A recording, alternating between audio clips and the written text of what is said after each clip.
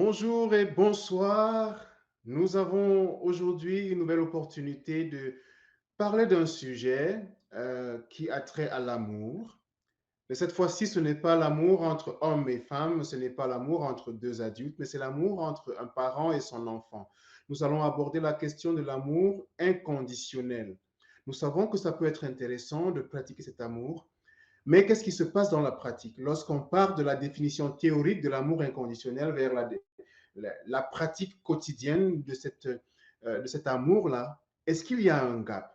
Est-ce qu'il y a des difficultés? Est-ce que tout se passe bien? Est-ce que tout est exactement comme on l'a prévu ou conçu dans son esprit? Bonjour à tous, je suis Patrick Njapa, stratège de mariage et catalyseur de famille prospère. Mon rôle à moi, c'est d'aider les personnes en couple à vivre complicité et intimité et d'aider aussi les célibataires à mieux se préparer pour le mariage. Et quand on dit mariage, quand on dit vie de couple, on dit aussi enfants à naître s'ils ne sont pas encore nés.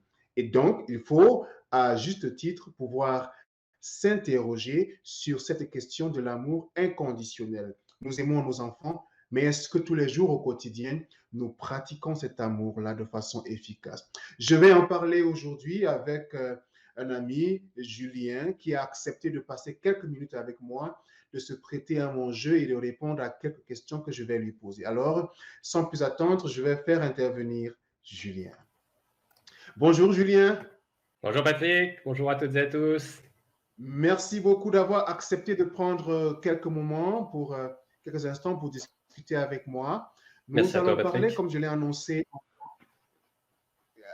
avec plaisir, comme je l'ai annoncé en titre, nous allons nous demander à quoi ressemble l'amour inconditionnel envers son enfant.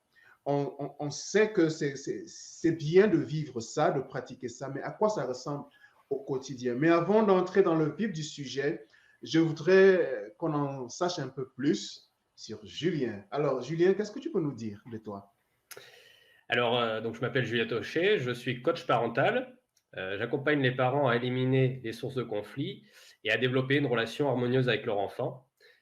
Pour moi, être parent, je dirais qu'il y a deux parties distinctes. Il y a une première partie où finalement on accompagne son enfant aujourd'hui, où finalement on l'éduque et on construit la relation. Et il y a aussi une partie plus tard où finalement on a les résultats un petit peu. On récolte un petit peu les graines qu'on a semées aujourd'hui. Et il peut y avoir parfois une incompréhension entre ce qu'on a pensé apporter à son enfant aujourd'hui et la relation qu'on a avec son enfant. Il ne me parle plus. J'ai tout fait pour lui quand il était petit et c'est comme ça qu'il me remercie. Et en fait, c'est des choses qui sont finalement qui apparaissent parce que des fois, on n'a pas forcément le bon mode d'emploi ou des fois, on pense faire les choses bien. Parce qu'un parent ne fait jamais les choses pour nuire à son enfant, mais des fois, on peut penser faire les choses d'une certaine manière et l'enfant peut les interpréter d'une autre manière. Et c'est pour ça que c'est intéressant, je trouve, ce sujet d'amour inconditionnel. Ça fait complètement écho, je trouve, parce que ce qu'on fait aujourd'hui, la façon dont on donne cet amour aujourd'hui, ça va résonner aujourd'hui et ça va résonner aussi plus tard avec son enfant. Et l'enfant va justement percevoir la manière dont il a reçu cet amour aujourd'hui. Il va se construire par rapport à ça et donc plus tard, la relation sera construite par rapport à cet amour qu'il y a aujourd'hui finalement. Oui, je crois, Julien, que tu viens de planter le décor et dans ce que tu dis, il y a un ensemble de choses qui sont suffisamment pertinentes, notamment que ce qu'on fait aujourd'hui, non seulement est visible aujourd'hui, mais a aussi un impact sur ce qui va se passer demain. Et je pense que parfois, on n'est pas dans cette logique-là. On pose des actes aujourd'hui et puis on avance, et puis demain, on est surpris. Pourquoi il fait ci? Pourquoi Mmh. il fait ça? Mais c'est parce que hier ou avant-hier ou l'année d'avant, il y a eu un ensemble de choses qui se sont mises en place. Et ce sont des graines qui sont entrées en terre et ça se solidifie. Donc, merci déjà de faire ce premier éclairage. Et pour ceux qui nous regardent déjà, ça annonce de quelque chose de très pertinent parce que non seulement il peut nous dire ça, mais aussi les coachs parentaux, donc, c'est des sujets, c'est des thématiques qu'il est habitué à aborder. Donc, nous parlons de à quoi ressemble l'amour inconditionnel envers son enfant. Pour aller plus loin, Julien, je voudrais, selon toi, selon ta définition, qu'est-ce qui, comment est-ce qu'on pourrait définir l'amour inconditionnel? D'abord, de façon générale, c'est quoi l'amour inconditionnel? Alors, selon moi, l'amour inconditionnel, c'est donc il y a si on décompose, c'est l'amour et de manière inconditionnelle, donc sans condition. Ça va être finalement de donner sans attendre de recevoir de l'enfant. Donc pour la partie théorique, ça va dire qu'on est on est déjà préparé en tant que parent, parce que tout le monde n'est pas préparé à ça, hein, à donner de l'amour à donner sans recevoir en échange. Et donc cet amour inconditionnel, ça va finalement se représenter, je dirais, par le fait de donner de l'amour à son enfant, de lui donner sans espérer recevoir en retour quoi que ce soit. Et ça, on peut le voir quand il y a un bébé qui naît. On va donner, on va se lever la nuit, on va s'occuper de lui sans jamais attendre qu'il fasse quelque chose en retour. Et en grandissant, ça va être la même chose. Quand il va rentrer à l'école, on va l'amener à l'école, on va lui acheter ce nouveau cartable. Quand il va rentrer dans la phase adolescent, ça va être la même chose. On va l'accompagner dans d'autres thématiques. Et en fait, c'est à chaque fois, on est amené à l'accompagner d'une certaine manière, mais parce que c'est notre rôle de parent, parce qu'on a envie, on a cette volonté de donner à son enfant, sans forcément attendre de sa part quelque chose. Je dirais assez simplement. Super. Donc, ça veut dire que cet amour inconditionnel-là, il n'y a pas de condition derrière, c'est-à-dire, je fais ci et tu fais ci, moi je fais ça. Ok, ce n'est pas le résultat de quelque chose, c'est pas cause et effet, c'est pas de cause à effet. Et un petit truc que je voudrais aussi compléter, ajouter à ta définition, moi je trouve, et j'ai appris ça notamment en étudiant la définition en anglais, parce que l'amour inconditionnel, c'est aussi un amour qui s'applique quelles que soient les conditions. Bon, sauf que quand on dit conditions en anglais, ce n'est pas traduit de la même façon en français. Si je veux traduire en français, ça va donner les situations, quelles que soient les situations. Donc, Ouais. un amour inconditionnel entre un homme et une femme, c'est que si tu es en bonne santé, je vais t'aimer. Si tu es malade, je vais t'aimer. Si tu as des difficultés financières, je vais t'aimer, ainsi de suite. Donc, l'amour inconditionnel aussi, c'est cet amour-là qui continue d'être, même avec son enfant, lorsqu'il commence à faire des choses qui n'est pas forcément ce que nous, on aurait souhaité et voulu pour lui ou pour elle. L'amour continue de vivre. On ne va pas le déshériter pour autant. Donc, voilà un peu, comme tu viens de le dire, l'amour inconditionnel. Maintenant, on a compris qu'il n'y a pas de condition. Il n'y a pas un truc qu'on attend en retour. Il est vraiment pur, il est tel qu'il est. Mais maintenant, est-ce que dans la pratique, ça se passe toujours comme ça? Est-ce qu'on est toujours prêt à accepter que les choses se passent sans recevoir une espèce de retour de l'enfant? Oui, oui, oui, complètement. Je voulais juste ce que tu as dit là par rapport à la traduction anglaise, les situations, ça m'a fait penser aux parents d'enfants handicapés qui, par exemple, naissent Exactement. avec un handicap moteur ou même mental, parce que des fois, c'est vrai qu'on peut au premier abord se dire, putain, mais et même pour deux adultes, hein, putain, mais ils s'aiment alors qu'il y a cette différence. Et en fait, c'est au final. Quand on y réfléchit, c'est ça, c'est l'amour, même au-delà, même avec un handicap, malgré la situation, qu'il soit malade, en bonne santé, Oui, ça va être ça aussi. Donc, ça m'a fait penser à ça, ce que tu as dit. Et ça c'est donc, vrai. par rapport à, effectivement, au quotidien, donc en théorie, voilà, c'est l'amour qu'on donne sans rien attendre en retour.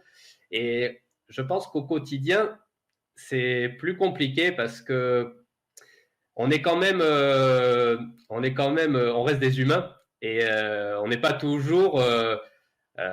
Ça me fait penser un peu à un petit peu comme un régime. Je pars dans l'idée, tiens, je me mets au régime, je fais attention, mais malgré tout, il y a peut-être des moments où je vais avoir envie de goûter ce gâteau, il peut y avoir des choses qui font que dans notre vie, on est occupé à travailler, on est occupé à penser à d'autres choses, où on veut avoir peut-être du temps pour soi. Et malgré qu'au départ, on soit dans une optique d'être dans l'amour inconditionnel, je vais tout le temps aimer mon enfant, mais peut-être qu'il y a des moments où on va lui crier dessus, on va avoir un geste un peu déplacé parce qu'on est dans notre truc, on est focus on est pris dans le quotidien. Et il y a ce moment, laisse-moi tranquille parce que je suis en train de travailler. Voilà, il y a des événements comme ça qui peuvent faire qu'on pense à soi, on est centré, auto-centré sur soi-même. Et on va pas être dans l'amour inconditionnel. On peut être amené à justement faire des gestes où justement on va peut-être se prendre conscience que, mais qu'est-ce que j'ai fait tout à l'heure? Je vais crier dessus, mais on peut en prendre conscience. Des fois, on n'en prend même pas conscience. Mais on peut prendre conscience des fois comme ça de gestes qu'on a qui sont contraires. Et ça peut justement poser problème de se dire, mais peut-être alors je me suis emporté pour rien. Et il peut y avoir aussi, je pense aussi, le fait de l'appliquer, la difficulté de l'appliquer, cet amour inconditionnel peut se rencontrer aussi. On disait tout à l'heure qu'il n'y a pas de notion d'échange. Et je pense que parfois, il peut y avoir cette notion de dire, attends, je t'ai demandé de débarrasser la table, voilà, tu le fais pas, moi j'ai pas envie de faire ça pour toi. Je t'avais dit de rentrer pas trop tard de cette sortie, tu m'as pas écouté, moi j'ai plus envie de te donner confiance. Et finalement, on rentre dans un dialogue conflictuel. Ouais, tu me fais pas confiance. Enfin, et donc l'amour inconditionnel, c'est parfois compliqué et c'est complètement normal parce que on est dans cette optique de donner en tant que parent, d'aimer son enfant, de faire tout pour lui, mais il y a parfois où on a nos propres besoins en tant que parent, où on a besoin de temps pour soi, où on n'est peut-être pas disponible. Et il y a peut-être cette notion de devoir parfois s'occuper de soi-même, recharger les batteries pour à nouveau pouvoir donner à son enfant, pour à nouveau être disponible pour lui, pour à nouveau pouvoir lui donner de l'amour inconditionnel. Parce que c'est vrai que si on n'a pas si soi-même on n'est pas prêt, on a besoin soi-même de temps, on ne pourra pas donner derrière de l'amour inconditionnel. Absolument. J'aime bien cette présentation et ça m'a fait penser à ceci. C'est quoi la différence ou c'est quoi la limite entre cette pratique, cet exercice d'amour conditionnel et la discipline? Parce qu'il faut bien à un moment donné qu'on rappelle à l'enfant, mais attends, je veux bien être ton papa ou ta maman et ainsi de suite, te faire preuve d'amour, mais j'attends aussi que tu fasses ci, que tu ranges ta chambre, j'attends que tu fasses ça, tu fasses la vaisselle. C'est pas à moi de rentrer tard le soir après une journée de boulot. Comment est-ce qu'on. Parce qu'on peut se dire, non, non, c'est moi le parent, j'aime mon enfant, ok, c'est pas grave, je vais le faire. Et finalement, on développe chez l'enfant une certaine attitude, soit de paresse, soit de négligence, et ainsi de suite. Comment est-ce que finalement on fait la différence et on réussit à identifier les moments où il faut présenter cet amour-là et les moments où il faut vraiment faire preuve de discipline, de rigidité et de fermeté? Oui, je vois ce que tu veux dire. Je le comprends comme ça. C'est que c'est pas forcément l'amour être tout le temps dans la permissivité, de tout donner, de tout laisser faire. Et ce n'est pas ne pas aimer son enfant que d'être autoritaire et de faire preuve de discipline. Je pense que pour moi, je dirais que ça se résume à une question qui est: est-ce que je fais ça dans le bien de mon enfant? Parce que si je m'interroge quand je fais une action, je lui interdis par exemple de regarder la télé, mais est-ce que je le fais pour lui ou pour moi? Est-ce que c'est parce que je veux être tranquille, genre j'ai pas envie d'entendre la télé? Est-ce que je le fais pour répondre à mes propres besoins? Ou est-ce que je le fais parce que pour lui, il y a un inconvénient, il y a un risque, il y a quelque chose de négatif à ce qu'il regarde cette télé? Et je pense que quand on répond à cette question, on sait si on est en train de donner de l'amour inconditionnel ou si on est dans une forme d'excès de discipline, parce qu'on peut très bien avoir de la discipline tout en faisant preuve d'amour. Parce que si on dit à son enfant, tu ne fais pas ci, je vais garder l'exemple de la télé, tu ne regardes pas la télé parce que c'est pas bon pour tes yeux, c'est pas bon pour toi, on fait ça pour son bien.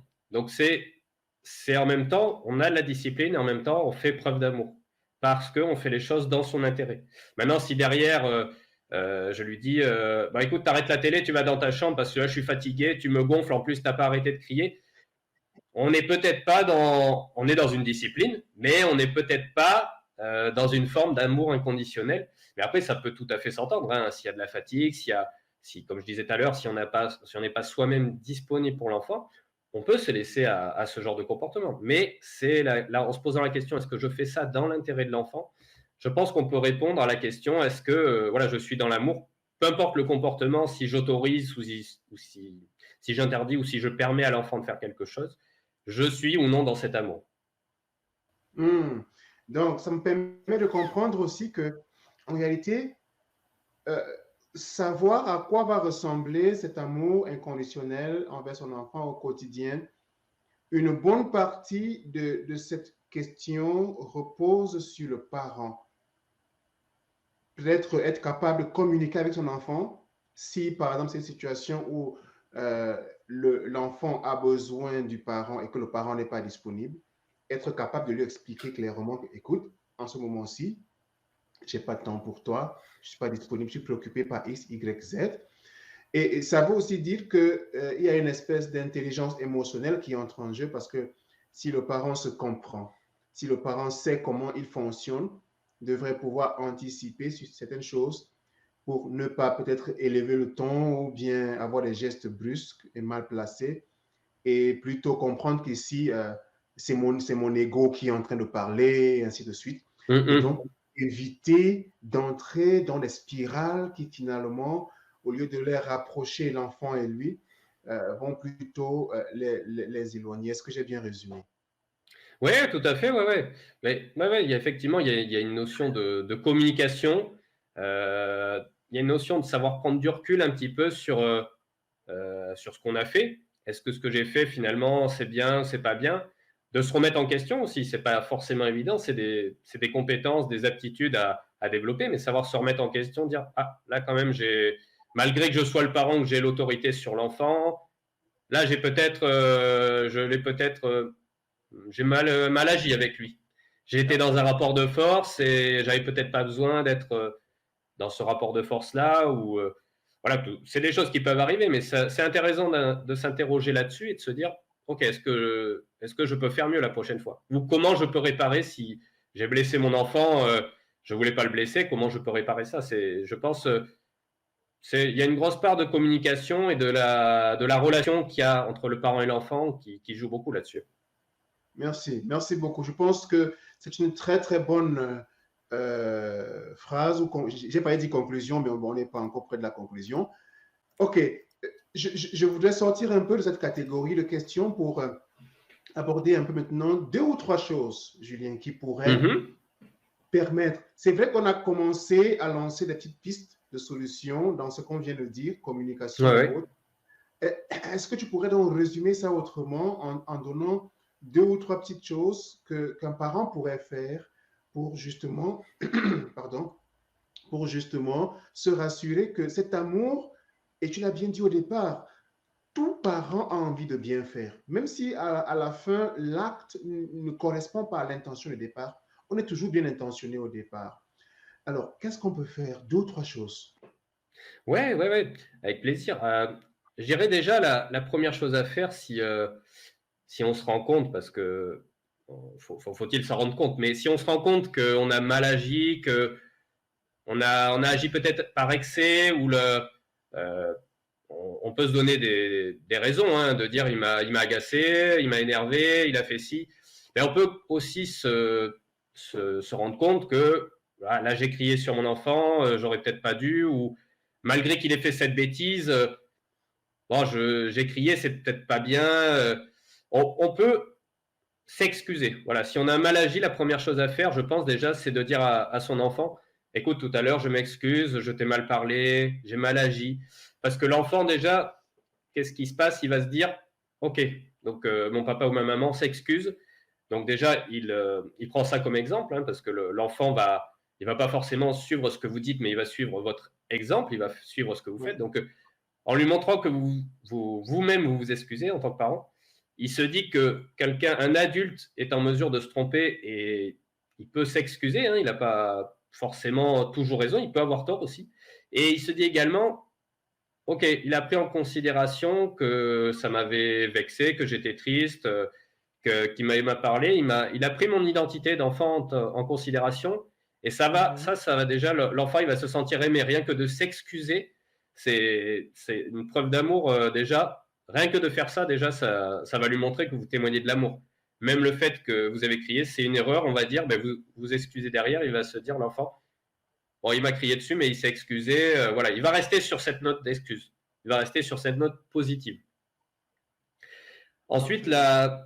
la deuxième chose, je dirais que c'est pas parce que voilà, l'enfant a fait une bêtise, vous le punissez, vous criez dessus, mais en fait, vous n'êtes pas obligé de rester là-dessus toute la soirée. Ou voilà, ok, il y a eu ce moment, il a fait une bêtise, ou il en a peut-être pas fait, ou il en a fait une. Vous avez vos raisons de lui crier dessus, mais vous n'êtes pas obligé. Une fois que vous lui avez dit ce que vous lui aviez à lui dire, je pense que vous pouvez passer à autre chose, c'est-à-dire que c'est pas la peine dans la soirée ou le lendemain de dire ah oui mais hier tu as fait ça, de rester là-dessus. Vous lui faites remarquer sur le moment, voilà, tu as fait cette chose-là qui m'a pas plu, je suis pas content, bon, et vous lui dites, enfin vous passez à autre chose un peu après, vous le laissez réfléchir, mais après au cours de la soirée c'est un autre moment, et c'est pas parce qu'il a fait une bêtise à un moment que vous pouvez pas le faire sortir comme vous aviez prévu. Vous n'êtes pas obligé de rester sur de dire ben, je le punis vraiment pendant une semaine pour qu'il comprenne, parce que là finalement l'enfant vous allez le faire culpabiliser, vous allez l'humilier.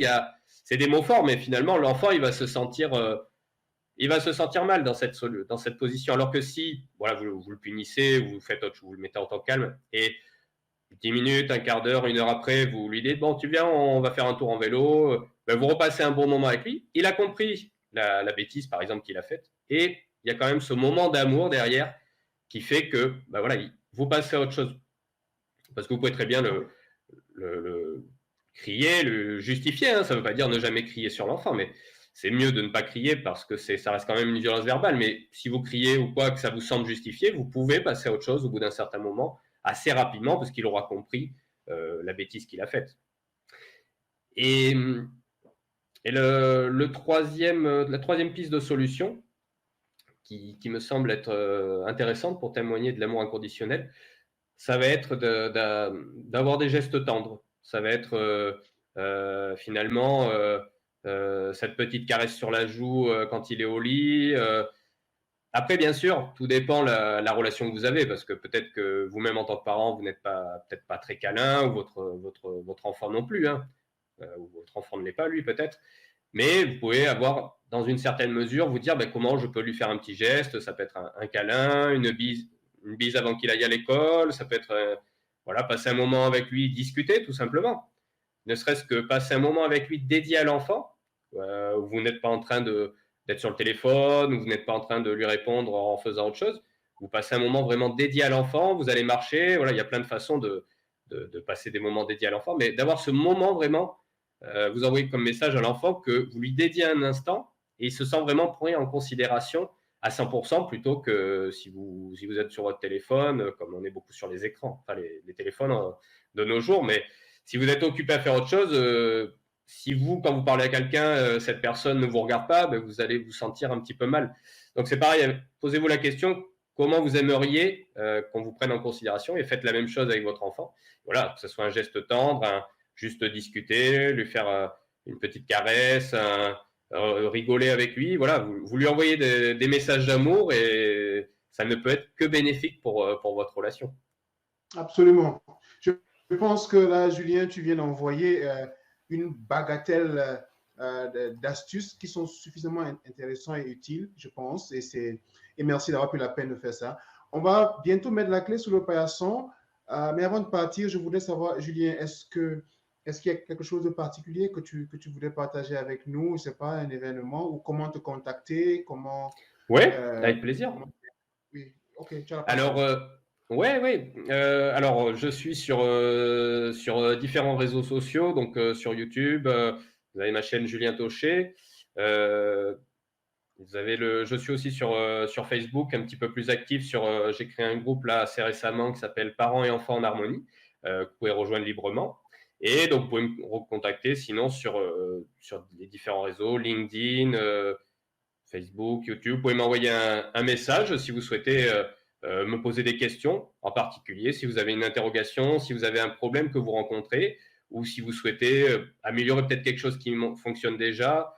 Voilà, si vous posez des questions, je vous invite à m'envoyer un petit message pour qu'on en discute et je me ferai un plaisir de vous y répondre. Écoutez, merci d'avoir regardé.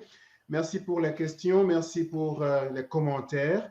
Nous allons vous revenir très bientôt pour apporter des réponses. Et puis, merci à Julien pour le temps. Et surtout, merci pour ce partage d'expérience et de connaissances. Je dois avouer que j'ai appris beaucoup de choses en échangeant avec toi aujourd'hui. Et on reste en contact, comme on dit, et on se reparle très bientôt. Merci Patrick. OK, à très bientôt. Au À revoir. très bientôt. Au revoir.